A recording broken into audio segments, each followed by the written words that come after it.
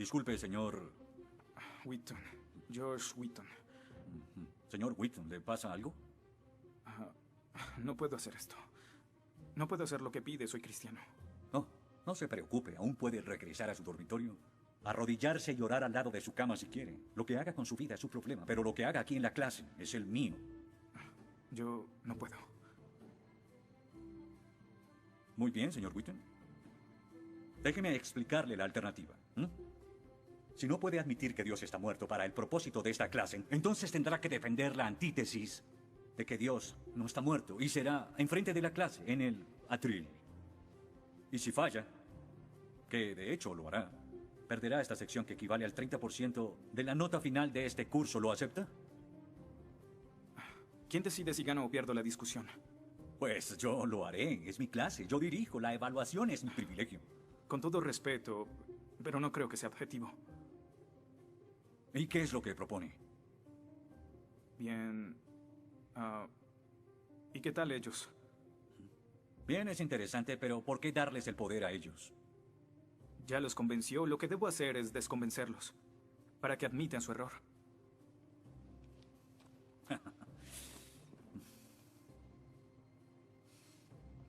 Bien.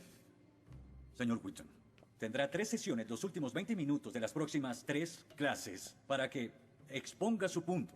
Le prometo que haré las menores interrupciones posibles. Puede pedir lo que quiera en la clase, pero no le daré más tiempo. Claro, será responsable con las otras tareas de la clase, pero puede cambiar de opinión y traer la hoja firmada. La próxima clase y seguiremos como si nada hubiera pasado.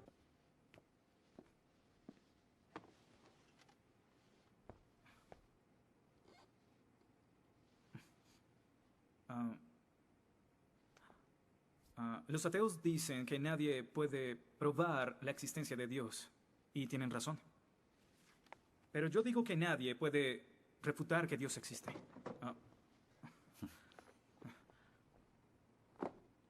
Pero la única forma de debatir este asunto es observando la evidencia disponible. Y es lo que vamos a hacer. Pondremos a Dios en un juicio, con el profesor Radisson como fiscal y yo como el abogado defensor, y ustedes como el jurado. La mayoría de cosmólogos están de acuerdo con que el universo empezó hace 13.7 billones de años en un evento conocido como la Gran Explosión. Ahora, analicemos la descripción del físico ganador del premio Nobel, Steven Weinberg, de cómo habría sido la Gran Explosión y, ya que él es ateo, podemos estar seguros de que no hay ninguna inclinación religiosa en su descripción. Al principio, hubo una explosión y en 3 minutos, 98% de la materia que hay o habrá se produjo. El universo apareció.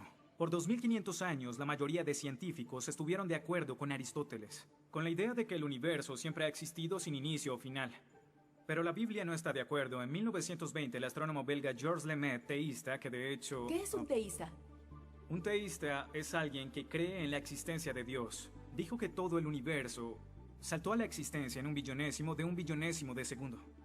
De la nada, en un inimaginable destello de luz. Así es como esperaría que el universo respondiera si Dios hubiera dado la instrucción en Génesis 1:3 que exista la luz.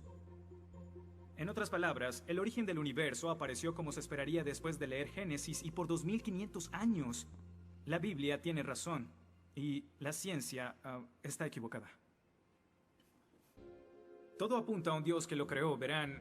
En el mundo real no se ven cosas que se salgan de la nada, pero los ateos quieren hacer una excepción en esta regla. Específicamente en el universo y... Pero en su libro El espejismo de Dios, Richard Dawkins dice que si me dices que Dios creó el universo, entonces tengo el derecho a preguntar quién creó a Dios. La pregunta de Dawkins solo tiene sentido en términos de un Dios que ha sido creado. No tiene sentido en términos de un Dios no creado. ¿Qué es la clase de Dios en el que creen? Incluso dejando a Dios fuera de la ecuación, tengo el derecho de devolverle la pregunta al señor Dawkins y decir, si el universo te creó, ¿quién creó el universo? Ven, tanto teístas como ateos están agobiados por contestar la misma pregunta de cómo iniciaron las cosas. Lo que espero que entiendan de esto es que no hay que cometer suicidio intelectual para creer en un creador tras la creación, y en la medida que descarten a Dios, se verán obligados a encontrar una increíble explicación de cómo las cosas iniciaron. Me imagino que estás satisfecho con tu presentación. Veo que astutamente evadiste el hecho de que Stephen Hawking, el científico más famoso del mundo y no teísta, recientemente estuvo a favor de un universo autodiseñado.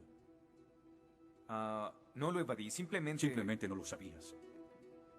Bien, veamos lo que el profesor Hawking, profesor lucasiano de física de Cambridge, quien ahora ocupa la silla usada por Sir Isaac Newton, tiene que decir sobre el origen del universo.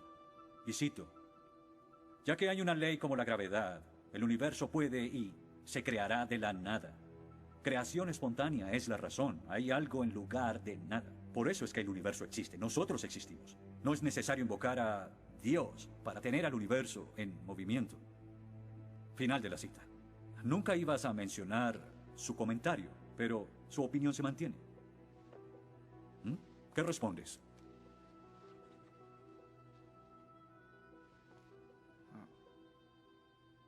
No sé. ¿No sabes? Pinché el globo de todo tu argumento con un solo alfiler y... ¿tú no lo sabes? Oh. Señor, me gustaría decirle que tengo la respuesta perfecta, pero no quebranta mi fe. Oh, ok. Así que el más grande cerebro científico de toda la historia dice que Dios no es necesario, pero un estudiante de primer semestre dice, oh, sí lo es. Wow, ¿sabes? Va a ser una decisión muy difícil. Pues estaré pendiente la próxima semana. Se acabó la clase. Gracias a una ley como la gravedad, el universo puede y se creará de la nada. Y para ser honesto, no sabía cómo refutarlo. Después de todo, es cierto que Hawking es un genio. Pero el profesor John Lennox, quien enseña matemáticas y filosofía, ha demostrado que no hay ni uno, ni dos, sino tres errores de lógica en esa simple frase y se reduce a un razonamiento circular. Hawking básicamente está diciendo que el universo existe porque necesitaba existir, y como el universo necesitaba existir, se creó a sí mismo. Es como si les dijera que la carne enlatada es la mejor que haya existido porque en toda la historia no hay comida que sea mejor. Quizá me vean extraño y les digo que nunca he probado nada más. Y tienen razón, lo estoy ratificando. Pero cuando Hawking afirma que el universo se creó a sí mismo porque así debía ser, y luego dice que tiene una explicación de cómo y por qué fue creado, no reconocemos que está haciendo lo mismo. Pero así es. Continuando con Lennox, sandeces se quedan en sandeces, aunque sean dichas por un famoso científico. Y el público asuma que son declaraciones de la Este es ciencia. el tope de la arrogancia. ¿Me estás diciendo que tú, un estudiante, afirma que Stephen Hawking está mal? ¿No?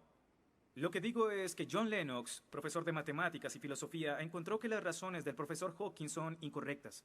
Y si no soporta mi desacuerdo con Hawking, le sugiero que vaya a la página 5 de su libro, en donde insiste en que la filosofía está muerta. Y si está tan seguro de la infalibilidad de Hawking y la filosofía realmente está muerta, entonces no hay necesidad de esta clase. El mal. Se dice que el mal es el arma más potente del ateísmo contra la fe cristiana. Después de todo, la existencia del mal nos lleva a una pregunta. ¿Y si Dios es tan bueno y tan poderoso, por qué permite que el mal exista? La respuesta a esto es muy simple. Libre albedrío. Dios permite que el mal exista por el libre albedrío. Desde el punto de vista cristiano, Dios tolera el mal en este mundo por un tiempo, para que un día todos los que eligieron amarlo estén con Él en el cielo, apartados del mal, pero con el libre albedrío intacto. En otras palabras, la intención de Dios con el mal es destruirlo un día. Oh, qué conveniente. Un día me desharé de todo el mal del mundo, pero hasta ese momento tendrán que lidiar con las guerras, holocaustos, tsunamis, pobreza, hambruna y sida. Que se diviertan. Luego nos enseñará sobre el absolutismo moral. ¿Pero por qué no? El profesor Radisson, quien claramente es ateo, no cree en absolutismo moral, pero en su programa dice que planea hacernos un examen en la última semana. Apuesto a que si consigo una A en el examen haciendo trampa, inmediatamente empezará a sonar como un cristiano, insistiendo que está mal hacerlo. ¿Y qué base tendría él? Si el propósito de mis acciones es lograr el éxito, entonces, ¿por qué no podría hacerlo? Para los cristianos, el punto de la moralidad, lo que constituye lo bueno y lo malo, es una línea directa que nos conduce hacia Dios. Oh, estás diciendo que necesitamos a Dios para ser morales, que una moral atea no es posible. No, pero sin Dios no hay una razón para ser moral. No habría un estándar para el comportamiento moral. Para los cristianos, mentir, robar, hacer trampa en un examen para lograr una calificación que no merezco está prohibido. Pero si Dios no existiera, según Dostoyevsky, este es el punto. Ahora, si Dios no existe, entonces todo es permitido. Y no solo es permitido, sino sin sentido. Si el profesor Radisson tiene razón, entonces nuestra lucha, nuestro debate, lo que decidamos aquí no tiene sentido.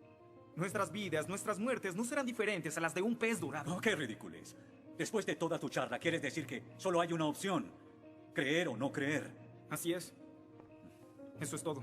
De eso se trata todo. La diferencia entre su posición y la mía es que usted les quitó su elección. Les exigió que eligieran la casilla marcada con no creo. Sí, porque quiero liberarlos.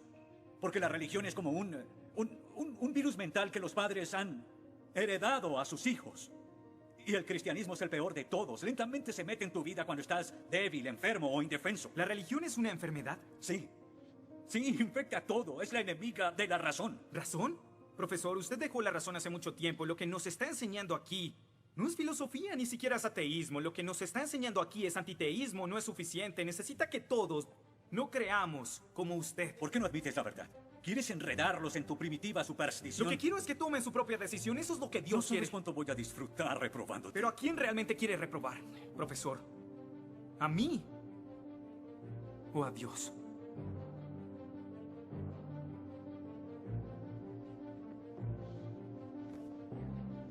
¿Odia a Dios? Ni siquiera es una pregunta. Ok. ¿Por qué odia a Dios? Esto es ridículo. ¿Por qué odia a Dios? Responda a la pregunta. ¿Ha visto la ciencia y los argumentos? La ciencia avala su existencia, conoce la verdad. ¿Por qué lo odia? ¿Por qué? Esta es una pregunta simple, profesor. ¿Por qué odia a Dios? Porque él me quitó todo lo que era importante para mí. Sí, yo odio a Dios. Todo lo que siento por él es odio.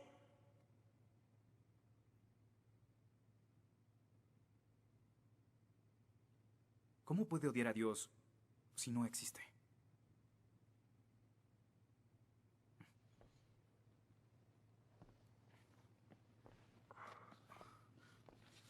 No probaste nada. Quizá no. Ellos deben elegir.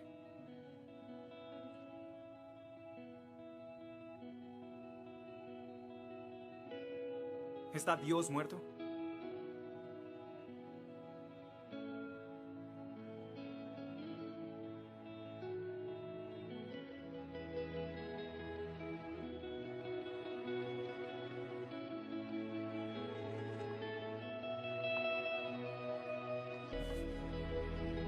Dios no está muerto. Dios no está muerto. Dios no está muerto. Dios no está muerto. Dios no está muerto. Dios no está muerto. Dios no está muerto. Dios no está muerto.